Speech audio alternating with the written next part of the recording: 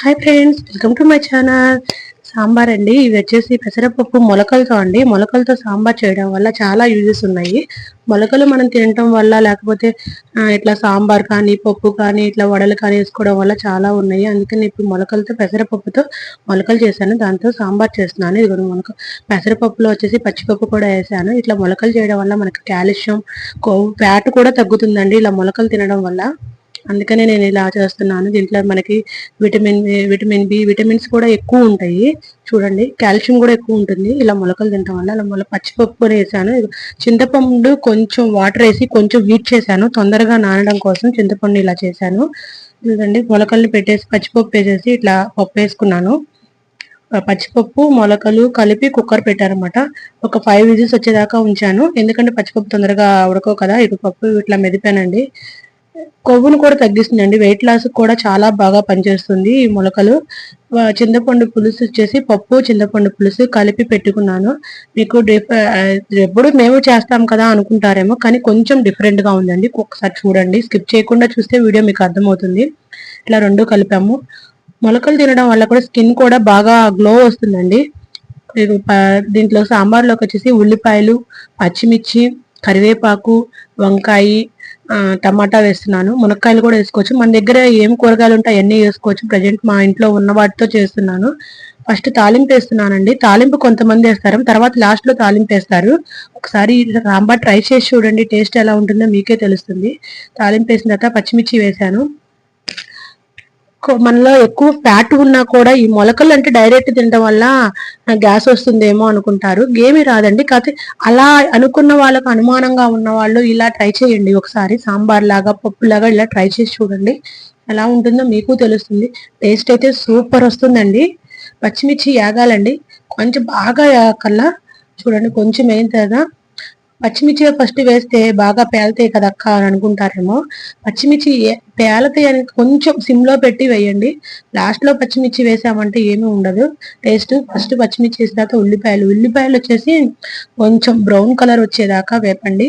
అంటే బాగా కాదు, కొంచెం మగ్గే వరకు, బాగా డీప్ ఫ్రై కాకుండా కొంచెం మగ్గే వరకు వేసిన తర్వాత చూడండి, ఇలా ఆయిల్ వస్తుంది. మగ్గిని అనుకుంటే ఆయిల్ వస్తుంది. బాగా డీప్ ఫ్రై వద్దు, కొంచెం మగ్గే వరకు చూడండి.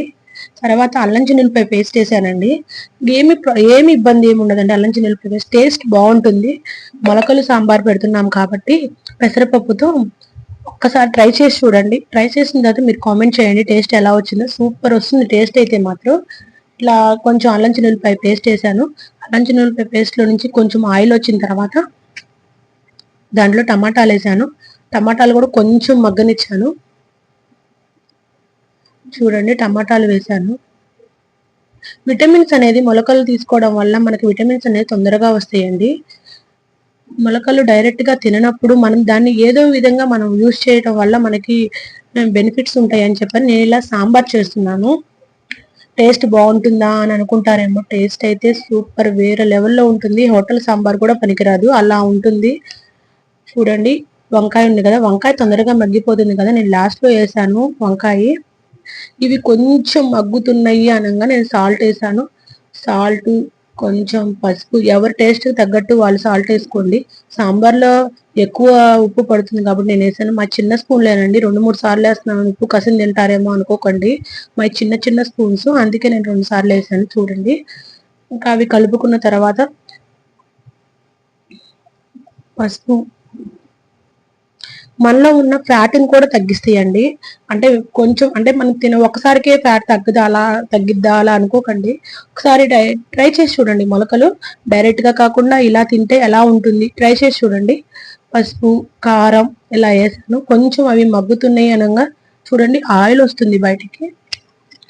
ఫ్యాట్ కూడా తగ్గుతుందండి ఇలా మొలకలు తినడం వల్ల. సాంబార్ కాదు, ఇంకే డిఫరెంట్ గా చేసుకోవచ్చు. మీకు వీడియో నచ్చిద్ది అనుకుంటున్నాను. నా వీడియో చూసే వాళ్ళు ప్లీజ్ సబ్స్క్రైబ్ చేసి చూసుకోండి.